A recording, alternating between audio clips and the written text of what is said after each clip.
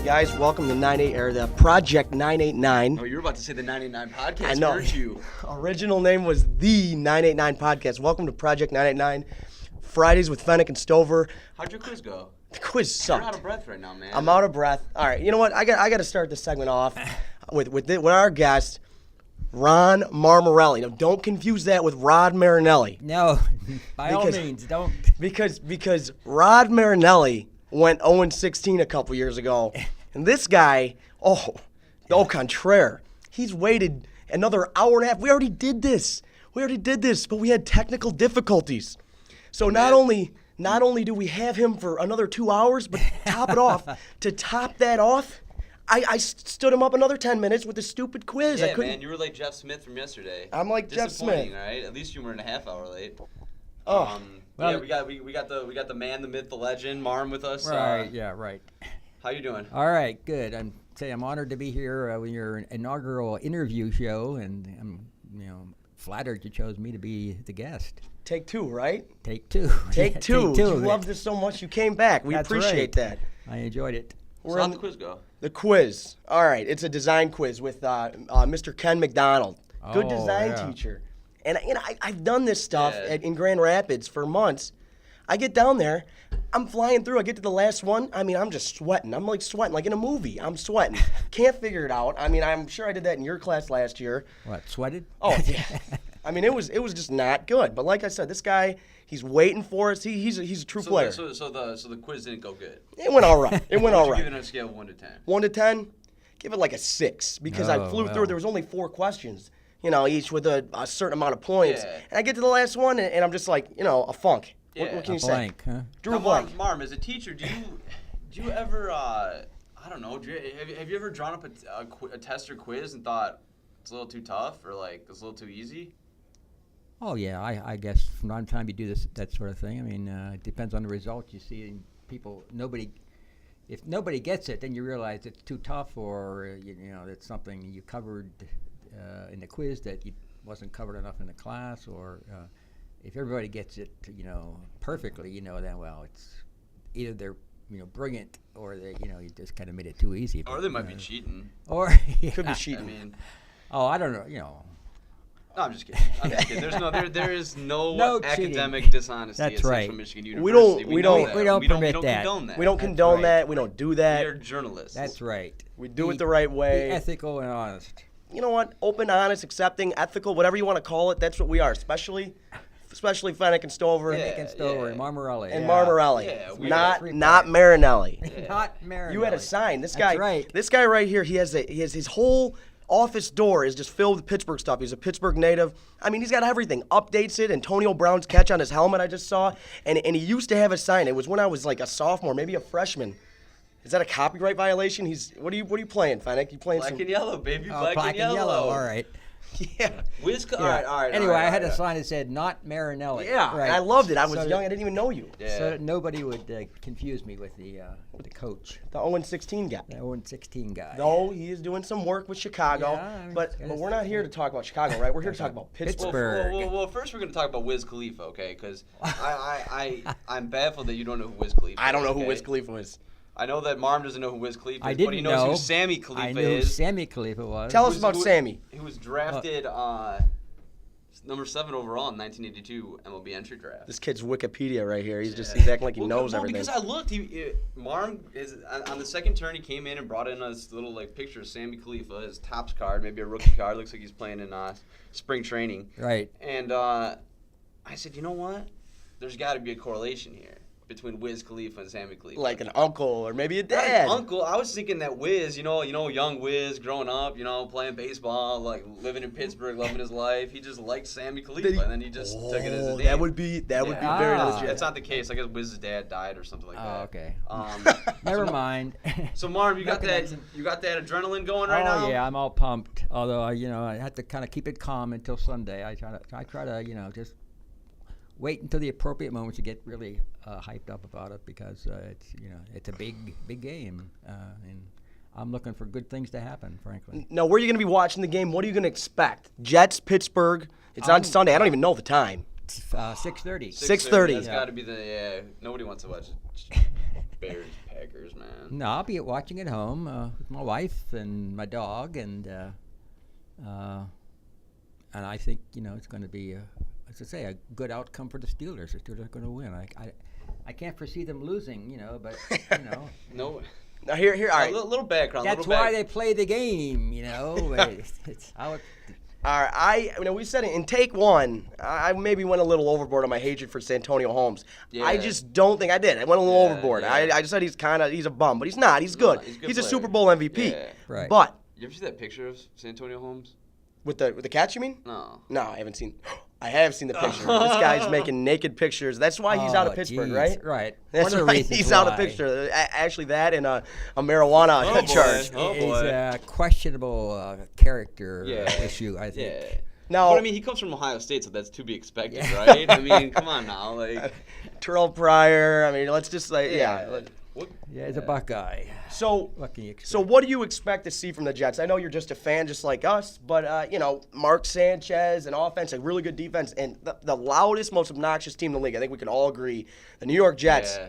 Oh, they just talk. They love to talk. They're kind of like me. They just love to talk. Yeah. The old saying, empty barrels make the most noise, and, Ooh. There that we may go. be part of it. But I don't know. The Jets remind me a bit of the Steelers in 2006, was it, when they were moving up to That's the a Super great Bowl? comparison. Because Yeah. they had to win all their games on the road. They were 6th seed, They had to do it with defense and in a run game. yeah, and every game in the playoffs was on the road. They had to win all of them, and they did it, and won the Super Bowl. And- Does that make you nervous at all, though? yeah, it does, because I think you said, they're sort of scary in that regard. You don't know. There's that there's something off with that That's team. right. Like But- there's something off with that whole team, they and like could do it. the other thing that I failed to mention regarding this AFC Championship game is, when you see a season and you look back on it and you look at the things that took place during that season, and it's clearly laid out that team is a team of destiny. Well, the Jets, starting with Hard Knocks in the preseason, all right, when they started tooting their horn, then you have the Brett Favre stuff with the Jets masseuse. With Jen Sturger And you leading got back the- the Jets. And you had the tripping on the sideline. The tripping on The the sideline. Alosi, the strength and conditioning coach. And then you got the feet stuff. And then you got the feet Rex stuff. Ryan. And it's just, this team, it makes me, it would make me a little bit nervous if I was part of the Steelers faithful. Yeah. No, I think the comparison goes more than the road game, though, because you look at Ben Roethlisberger in 2006, he was like in the infancy of his quarterbacking right, career. yeah. He was a second-year guy. Yeah. They relied on the run. They relied on Willie Parker, Jerome Bettis that year. Yeah, against the year Jerome Seahawks. Bettis especially. What year did Santonio Holmes get drafted? He might have been a After. It was Okay, after. Like after maybe the, like 07 or 08. it was after the first Super Bowl. First Super Bowl. because Five Randall Super L. Because Randall they L. still had a Plex? yeah. Did they Black- have Plex? Yeah. No. No, Plex Plex was wasn't on that gone team. before the Super Bowl. Okay. But it was a completely different game. I mean, the number 2 Super Bowl for Ben Roethlisberger, he was airing it out. Everyone remembers the Santonio Holmes catch in the right side of the end zone against Arizona. Yeah. Right. But that first Super Bowl, it was run with Willie, Jerome Bettis, Uh-huh. a little trickery here and there, Yeah. and a defense. I mean, they still had Joey Porter on that team. Now explain to us, Marm. Like, we're Lions fans, all right? All We've right. never tasted it. We've never tasted the playoffs, let alone, the Super Bowl. Now, is this something coming from a Pittsburgh perspective? Is this almost expected? Yeah, I think so. In some respects, going to each season was thinking, well, this is number 7, but of course, you can be deflated in that. But I think the tradition, the history of it, is something that really provides a big boost to your spirits about, you're always optimistic, instead of being a Lions fan perhaps and thinking, oh, geez, are they going to win anything, although the Lions are looking up. Yeah, there we go. Looking better. Yeah. But again, I remember back in the 50s when the Lions were, champions. Bobby Lane, what and it's about. Doak Walker and all those guys. And then Matt Millen was born. And now we're here. We're here. And Dick LeBeau, and the Dick LeBeau. the defensive back. And Steelers were, nothing. And Do you love Mike Tomlin?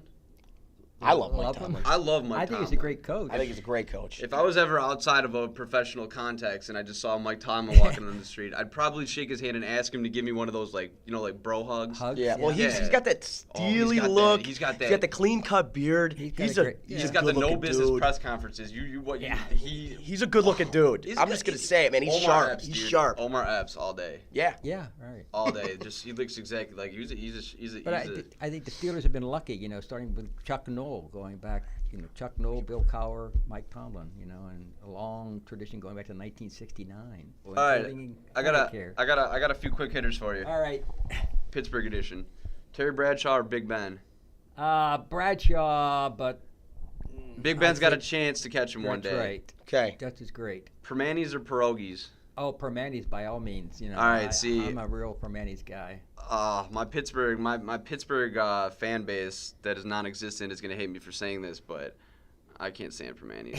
I think there's a reason. You don't like the potatoes on the sandwich. I don't like the coleslaw on it. I don't like the French fries. I don't even know what either of them are. Oh my a gosh! special I sandwich. don't even know what either of them are. This is like the biggest sandwich you will ever see in your life, and it's Sounds world renowned. It's world renowned. Everybody loves it, Yeah. except me.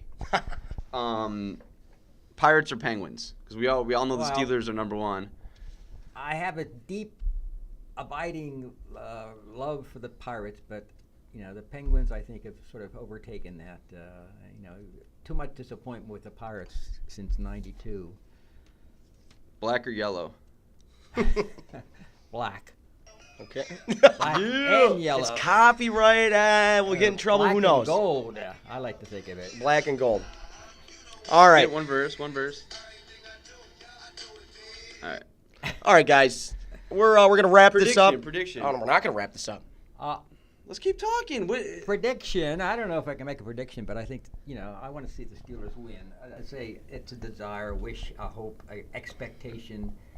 I can't predict it. I always hesitate to predict. But I think the Steelers are going to win. And as I said to you a couple weeks ago, number 7. I'm looking Number 7. forward. I have a feeling like I had in 2006, or was it 5 or 6? The last time. Before the last time, when they beat the Seahawks. It must be nice to have so many times, Yeah. And Like for us, Yeah. we're starved. I Let's mean, see, my there's- dad was born the last time the Lions won. It wasn't even called the Super Bowl. We just won 4 games in a row. We did. Hey. That's something to pride And we're going ourselves to be on for hosting next the year. NFC Championship game next year. That's a lock. That's a lock. Good times. So Hey, Marn, thanks for joining us. Yeah, thank we you. appreciate it. We Say, appreciate the second take. Yeah. Remember, this is not Rod Marinelli because he's an over. That's Ron. This guy is Ron Marmarelli, and he came and he brought it.